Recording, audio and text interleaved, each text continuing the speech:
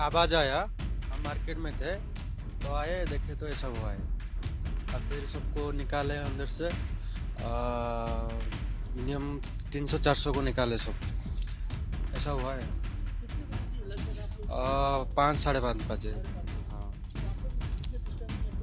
हम मार्केट में थे, इधर 200 मीटर के पास। ओडिशा के बालासोर में शुक्रवार शाम को बड़ा ट्रेन हादसा हो गया।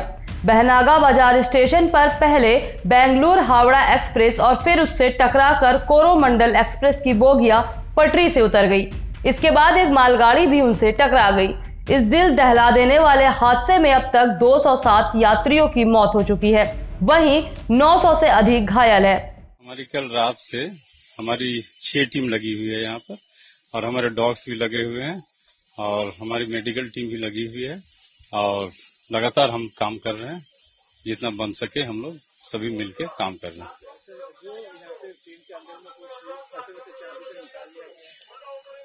जितने थे लाइव विक्टिम लगभग हम लोग निकाल लिए हैं, और अभी जो भी डेड बॉडीज है उनको हम लोग निकाल रहे हैं। टाइम तो अभी आस्ते आस्ते निकाल रहे हैं, जल्दी तो हो नहीं सकता है, देखते हुए कई की मैंगल्ड बॉडीज है, तो इसीलिए अपने आप का सेफ्टी को देखते हुए हमको काम करना है। हो जाएगा जल्दी। नहीं, बस 6 टीम। पीएम नरेंद्र मोदी ने भी प्रधानमंत्री राहत कोष से मृतकों के परिजनों को 2 लाख और घायलों को 50,000 रुपए मुआवजा का ऐलान किया है। रेलवे बोर्ड के अधिकारियों ने बताया कि हादसा शाम 7:20 बहनागा बाजार स्टेशन पर हुआ। हावड़ा जा रही सुपरफास्ट एक्सप्रेस के कई डिब्बे पटरी से उतर गए और दूसरी लाइन पर गिर गए। पटरी से उतरे ये डिब्बे उसी समय चेन्नई जा रही शालीमार चेन्नई कोरोमंडल एक्सप्रेस से टकरा गई। इससे दूसरी ट्रेन की बोगियां भी पलट गई। बहुत ही बड़ी ट्रेजिक एक्सीडेंट है ये, और सभी दिवंगत आत्माओं के साथ हमारी प्रार्थना है। कल रात से कंटिन्यूअसली रेलवे, एनडीआरएफ, एसडीआरएफ और राज्य सरकार सभी मिलके रेस्क्यू का ऑपरेशन कर रहे हैं। कंप्लीट मोबिलाइजेशन किया गया है। इधर बालेश्वर की तरफ से, उधर भुवनेश्वर की तरफ से कंप्लीट मोबिलाइजेशन किया है। टाटानगर से, सब जगह से मोबिलाइजेशन किया है, ताकि मैक्सिमम इस तरह की बड़ी ट्रेजेडी में जितना एफर्ट लगाया जाए उतना कम होता है। उन सभी परिवारों के साथ मेरी प्रार्थना है जिनके परिवार का मेंबर इस ट्रेजेडी में चले गए, और सभी जहां पर भी best possible health care facility होगी, चाहे कटक में, भुवनेश्वर में, एम्स में, इधर कैलकाटा में, कहीं पर भी जो बेस्ट पॉसिबल हेल्थ फैसिलिटी होगी वो दी जाएगी। कंपेंसेशन का अमाउंट कल रात में रेलवे की तरफ से डिक्लेयर हो गया था। एक हाई लेवल कमेटी भी ऑलरेडी डिक्लेयर हो गई है, जो कि इस पूरे एक्सीडेंट में इंक्वायरी करेगी। कमिश्नर रेल सेफ्टी को भी बुलाया गया है, वो भी इंक्वायरी करेंगे और इस प्रॉब्लम के, इस एक्सीडेंट के रूट कॉज में जाएंगे। किस कारण से ये प्रॉब्लम हुई वो पूरा का पूरा टेक्निकल से और किस भी कारण से हुई हो वो समझा जाएगा। सर, क्या कोई इंडिकेशन?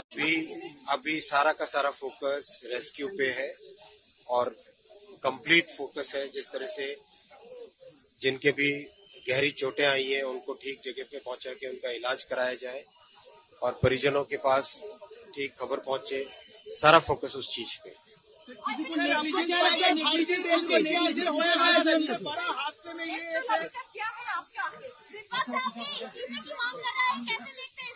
देखो, ये जिस तरह की घटना है, ये जिस तरह की दुर्घटना है, उस दुर्घटना में सबसे पहले हमारा फोकस रहना चाहिए मानवीय संवेदना। किस तरह से जिन परिवारों के मेंबर चले गए हैं, पहले उनके पास ठीक तरीके से पहुंचे। जो व्यक्ति आज घायल हुए हैं उन घायलों का इलाज हो, सबसे पहले वो फोकस रहना चाहिए। राजनीति बहुत हो रही है, विपक्ष अपना मांग कर रहे हैं, क्या कहना चाहेंगे उन्हें? मैं यही कहूंगा कि अभी सबसे पहला फोकस रखें रेस्क्यू पे और रिलीफ। सर एक अहम सवाल, कब तक ये रूट जो है फिर से ठीक हो जाएगा? तुरंत कब तक संभावना हो पाएगी यहाँ पर? रेस्टोरेशन का काम तुरंत चालू होगा। जैसे ही कंप्लीट डिस्ट्रिक्ट एडमिनिस्ट्रेशन की तरफ से क्लियरेंस मिलता है, तुरंत रेस्टोरेशन का काम चालू होगा। ऑलरेडी जितनी भी रेस्टोरेशन के लिए मशीनें हैं वो डिप्लॉय करके सोरो में खड़ी है अभी। ऑलरेडी मैं रास्ता में देख के आया हूँ। क्या पहले डिरेलमेंट हुई उसके बाद टक्कर हुआ? क्या पहले इंक्वायरी के बाद में ही सब कुछ पता चलेगा। किसी का नेग्लिजेंस मिला है सर? किसी का नेग्लिजेंस अभी नहीं कहा जा सकता, इंक्वायरी के बाद में ही पता चलेगा। डेथ टोल के बारे में जरा जानकारी दे दीजिए। डेथ टोल डिस्ट्रिक्ट एडमिनिस्ट्रेशन और रेलवे एडमिनिस्ट्रेशन की तरफ से कंटिन्यूसली आपको अपडेट किया जा रहा है। उसी नंबर को आप लेके चले। साबोताज लग रहा है सर, साबोताज इसके पीछे?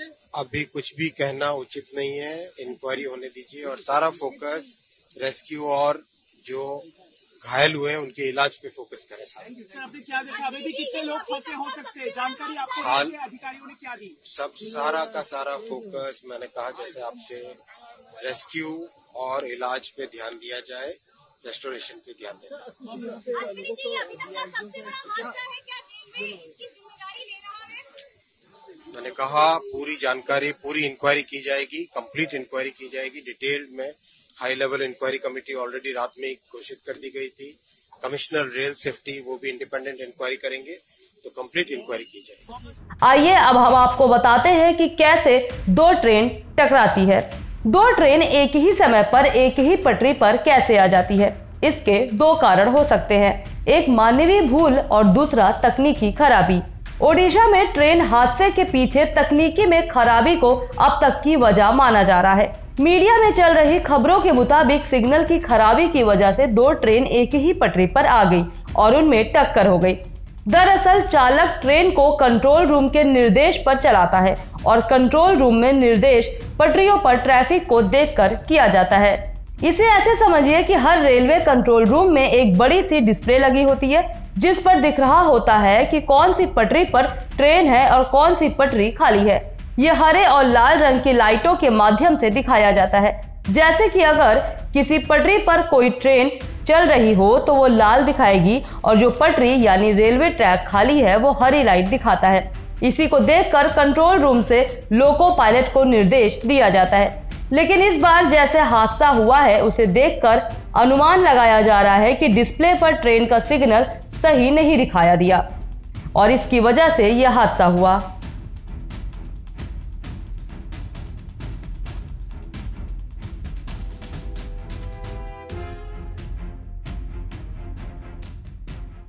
इस चैनल को देखने के लिए आप इसे लाइक, शेयर और सब्सक्राइब करें।